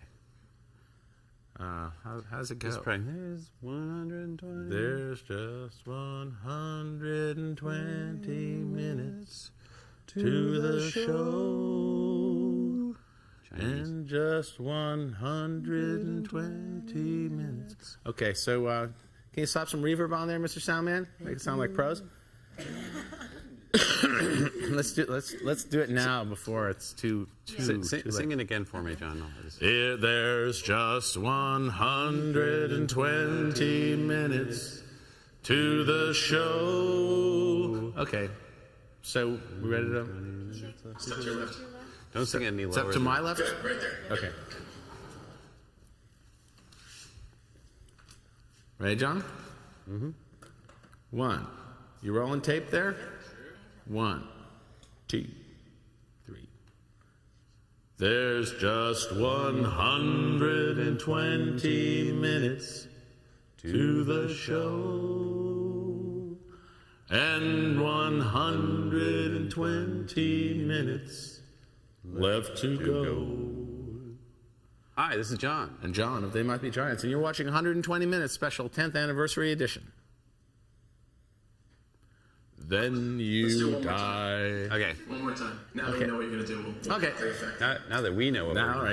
Yeah. Hey, it is 10th anniversary show, right? Spock. 3. There's just 120 minutes to the show, and 120 minutes left to go. Hi, this is John. And John. Of They Might Be Giants. And you're watching the 120 Minutes 10th anniversary show. Spock. Spock. It's sort of more expulsive. It's like, Spock. Can you do a just a country doctor, John and John? Damn it! I'm just a country doctor from outer space. We're John and I'm John, and we're John and John, and Okay. from They Might Be Giants, and we'd like to wish Right. 120 Minutes a very happy 10th anniversary, or Let's do the whatever your interpretation of that. Let's do the Gamelan type one. The John and John and John and John. all right. Of They Might Be. Okay. Hi, this is John. Hi, this is John. Hi, this is John. And John. Of They Might Be Giants. And John. Of They Might Of Be They Giants. Might Be Giants. And we'd like to wish 120 minutes. 120 minutes of happy birthday. Fucking fuck. Okay, here we go. Okay. Hi, this is John. And John. And John. And John. Of They Might Be Of Giants. They Might Be Giants. Of They Might Be Of Giants. They Might Be And we'd like Giants. to wish 120 minutes a happy 120th anniversary in outer space. Let's just do it one more time outside. 20th anniversary. Okay. Hey, use Look. that. Well, no, Look, that man. one will be in the can for years. If you knew what was going on inside here, man, you wouldn't think that was so fucked up. Okay, so here we go. One more time. So it's, what is it? It's our 10th anniversary. It's our 10th anniversary, and that's it. So Just I- wishing you happy. Okay. Everything was great Okay. up into the 100. Great. Okay. Here we go. Which was also great. Okay. Here we go. All right. She'll here we go. keep. Hi, this is John. And John. And John. And John. Of They Might Be Giants. Giants. And we're wishing 120 minutes a happy 10th anniversary. You want to do like a do the 10th anniversary thing? Just like Sure. back do that as well? Yeah. Okay, here we go. Sorry, we'll be better this time. Hi, this is John. And John. And John. And John. Of They Might Be They Giants. Might Be Giants. Of They Might Be Giants. And we're wishing 120 minutes And a we're happy wishing 10th 120 anniversary. minutes. Happy 10th anniversary. You reached the 9X Corporation. Our operators care about your calls, but will not pick them up. And could I get a generic, hey, this is John and John. Okay. And you're watching MTV. Okay. Hi, this is John. And John. And Joan Jett of They Might Be Giants. And you're watching They Might Be Giants on 100... No. Sorry. And just generic. It's just Generic. MTV, right? Okay. Hold on a second. We've got to erase that tape. Okay. Okay. Jim. Okay. All right. 1 second.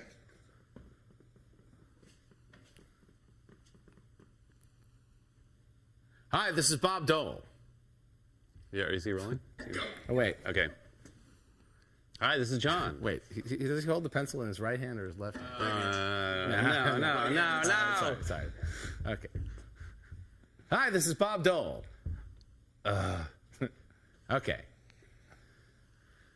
Hi, this is Eugene O'Neill. Oh, sorry. I'm not. Okay. I'm not awake. What's my motivation, John? I don't What's a know. good one? Let's just do a total. You want to go to lunch? Let's do a Okay. total generic Okay. one, and then we'll. Hi, this is John. And John. Of They. Oh, you're rolling now. Sorry. Hi, this is John. And John. Of They Might Be Giants. And you're watching MTV. And you're watching MTV. and you're still watching MTV. Turn off your TV. Clank. Hey, thank you very much.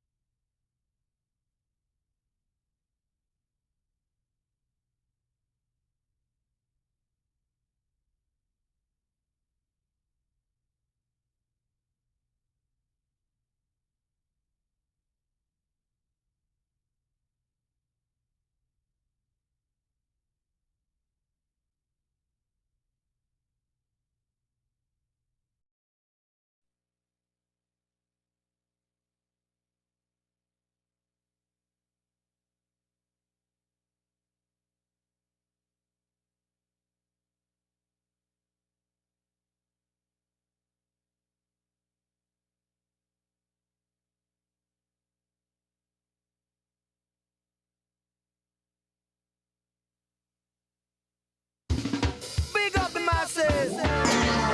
Assume the crash position. Hold on tight. Take a deep breath for a cartoon cramaganza.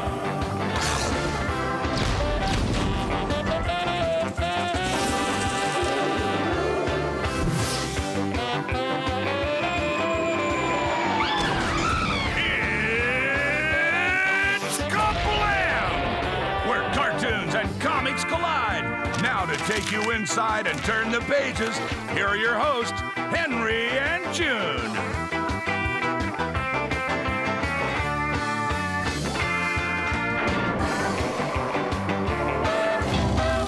Greetings, Kablam lovers, and welcome to a very special episode of Kablam. That's right, June. Today is Fan Appreciation Day, when we give something back to our beloved fans. This barrel contains entry ballots from Kablamoids all over the country. One lucky viewer will be chosen by us to be a special guest star on this very show. America's waiting, Henry. Let's make a dream come true.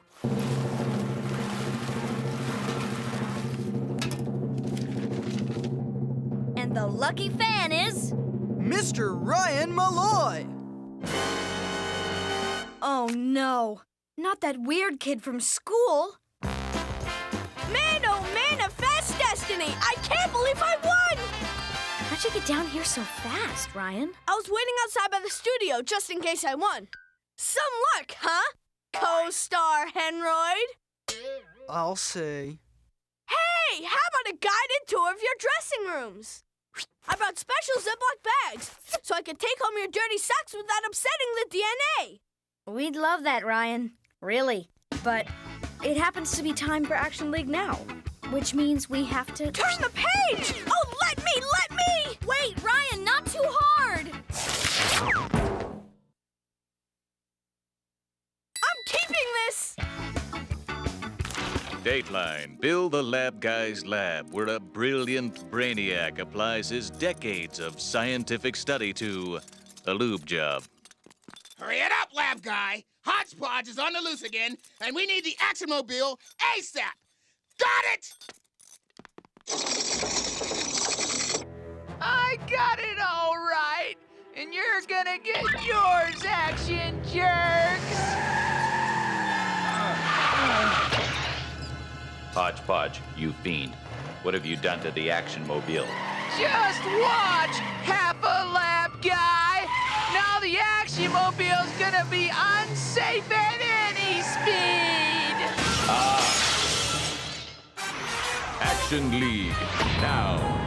Today's episode, Tune Up of Terror. We find our heroes at Action HQ, all revved up and ready to go. Okay, you bozos! Hodgepodge is out there like a bad smell on our bouillabaisse! Now get on it! Great, I'll drive. What? Good one. Yeah, right.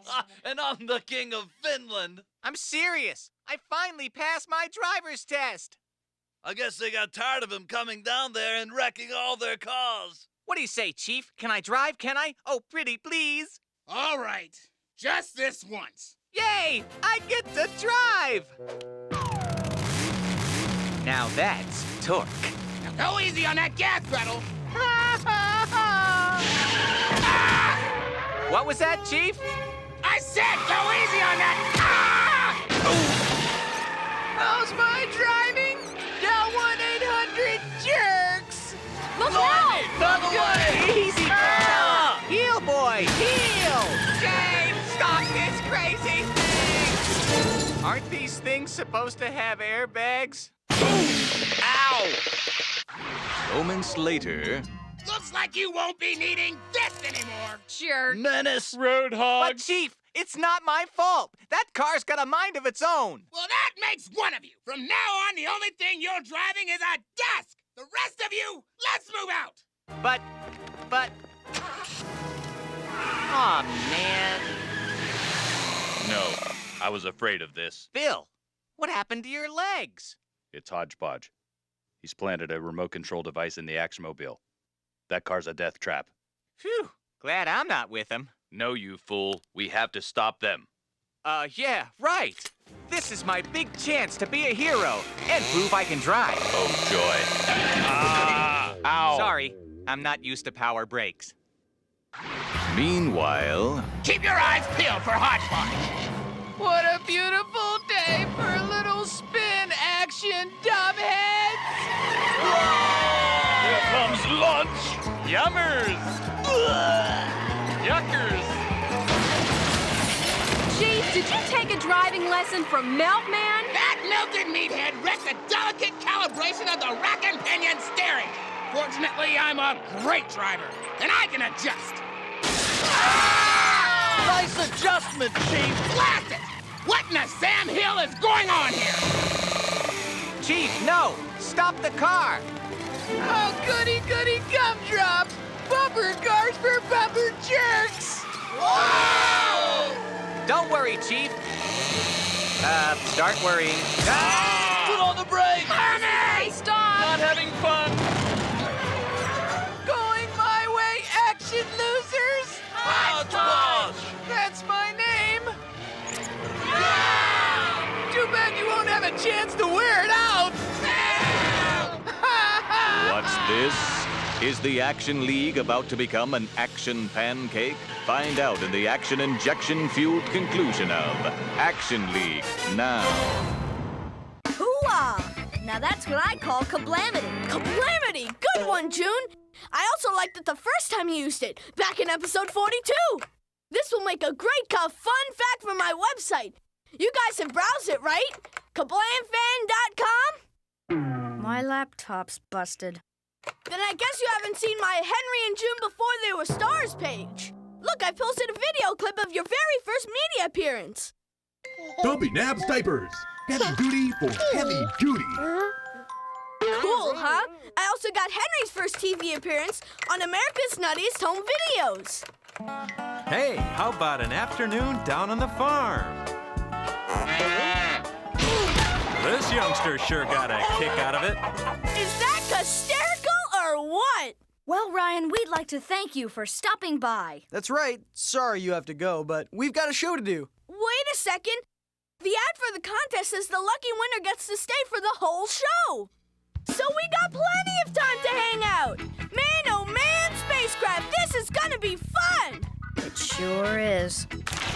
What you're about to see is top secret. It is a videotape recorded 900,000 years ago by an alien using a remote-controlled camera. It shows his attempts to educate a caveman. They have been codenamed the Prometheus and Bob tapes. Tape 406. Pet.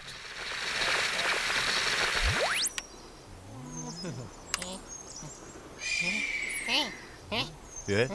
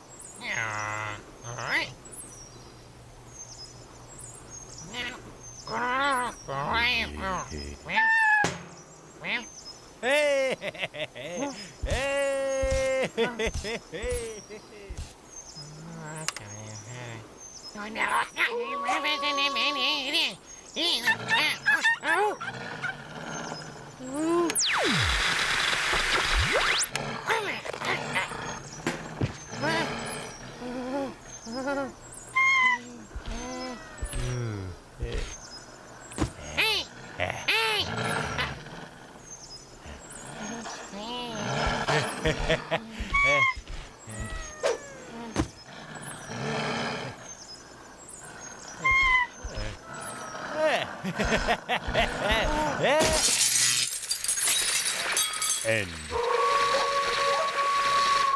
Hey, Kablamoids, keep your hinder in the recliner.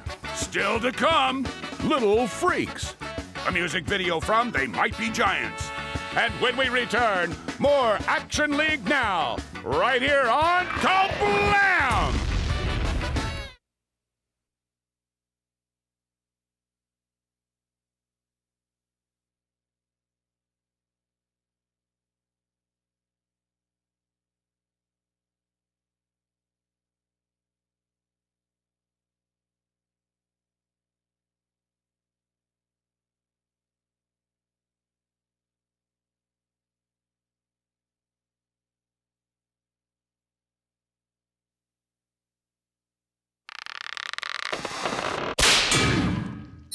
Action League now.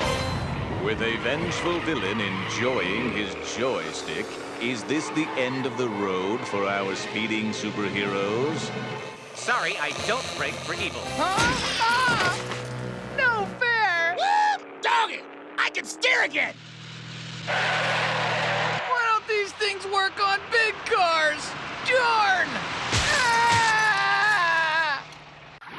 Later that day.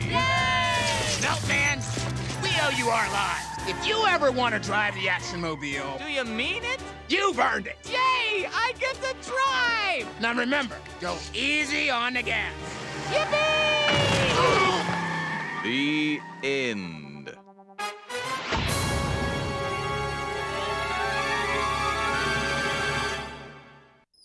Welcome back to Fan Appreciation Day. Henry and I are feeling very appreciative right now. Yes, we are, because our extremely annoying #1 fan seems to have taken our hint and made himself scarce. Hey, what's the deal with these cameras? Ow! Let's try that again.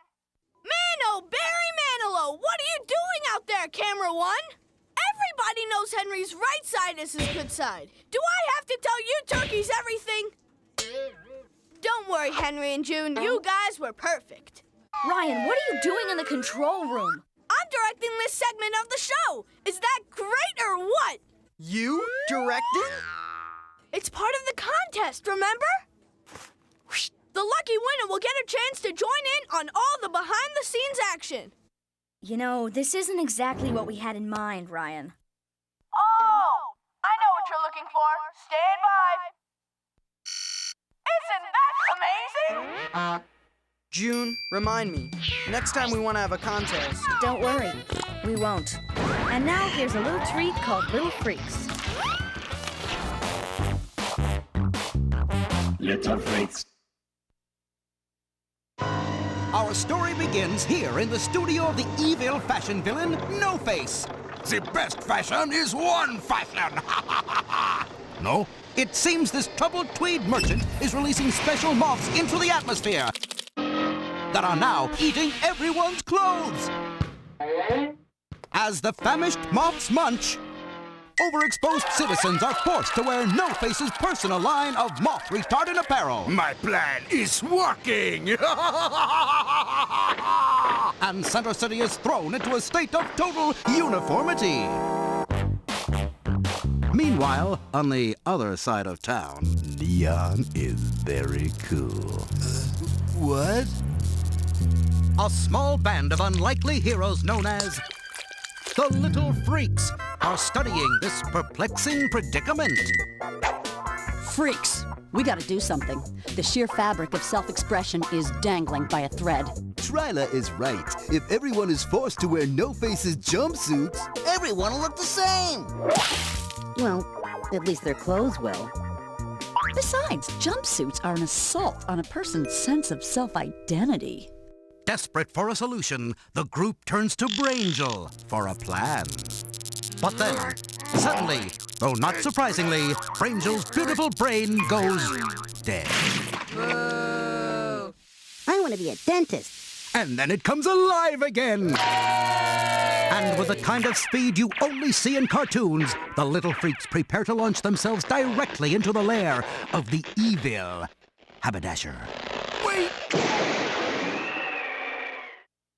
First, I will control what they wear, then what they think, and then the world will be mine! What? Hey, where's Dubs? Funny you should ask, for it seems that Dubs missed the mark and landed instead in the dark, lonely, but rent-controlled apartment of an aging disco queen. I want you to have this. A disco ball.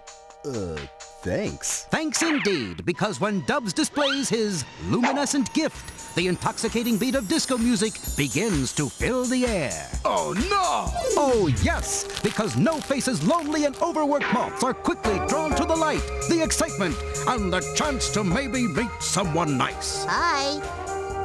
Hi. What do you think this is? Some kind of school dance? I'm trying to take over the world! Forget it, No Face. They're moths. They like the nightlife. They like the boogie. Oh,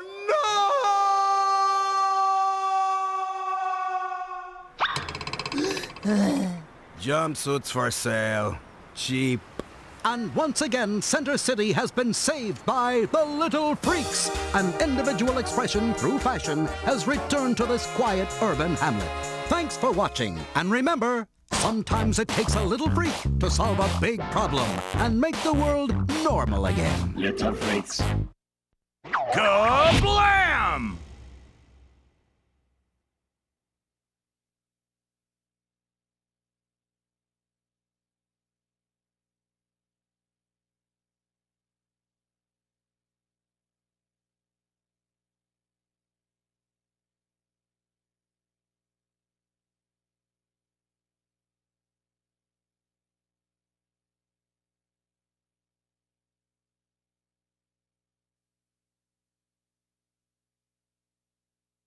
What if we just turn out all the lights? Maybe he'll think the show's over and leave. Oh, hi everyone. Welcome back. We were just trying to figure out how to, show our appreciation to our lucky contest winner. Excuse me. Hey, what do you think you're doing? That's our set. Mantle, Mickey Mantle, these suckers are heavy. Ryan, what's going on here? You know how the ad for the contest says the winner's entitled to a souvenir from the show? Well, I'm just taking my souvenir, the set. Back in a flash. We gotta do something about that guy, June, before... Hey, check this out. What? All these ballots have Ryan's name on them. While we get to the bottom of this, why don't you get to the bottom of a brand new video? It's Dr. Worm by They Might Be Giants.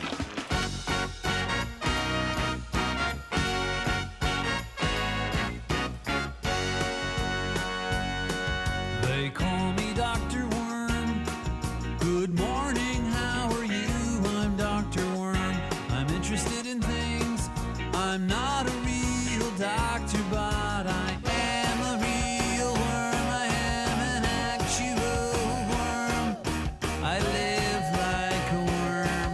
I like to play the drums.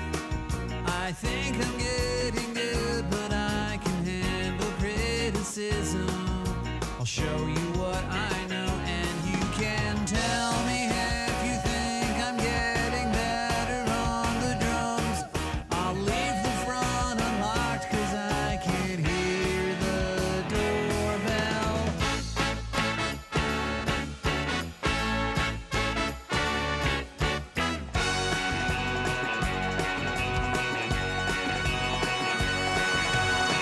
When I get into it, I can't tell if you are watching me twirling the stick.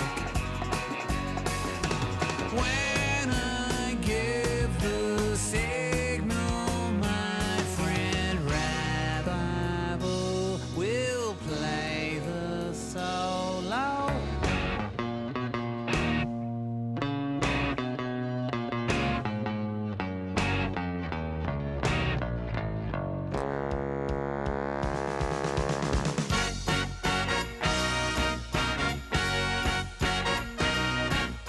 Someday somebody else besides me will call me by my stage name. They will call me Dr. Worm. Good morning, how are you? I'm Dr. Worm. I'm interested in things. I'm not a real doctor, but I am a real worm. I am an actual worm. I live like a worm, and I like to play the drums. I think I'm getting good, but I can handle criticism. I'll show you what I know, and you can tell me if you think I'm getting better on the drums. I'm not a real doctor, but they call me Dr.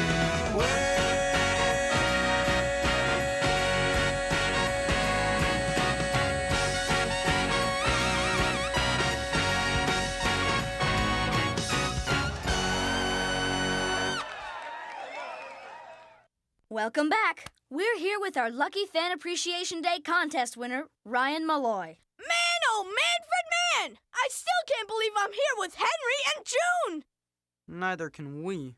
Ryan, remember how earlier you showed some rare footage of us? Well, we decided to show some rare footage of you. Could we roll that tape? That's a great idea! What footage? Oh, just security camera footage of you stuffing a contest ballot box with your own ballots. Man, oh Manchurian candidate, that certainly is some rare footage. You guys aren't mad at me, are you? Wow! Mr. Foot is throwing me in the trunk of a car! Just like he did to Hector in episode 14 and Glenn Dilworth in episode 30. And so we say a fond farewell to our lucky contest winner. We'll see you next time on a cartoon-crammed and contest-free episode of Kablam! Join us again next time. Same Kablam time, same Kablam network.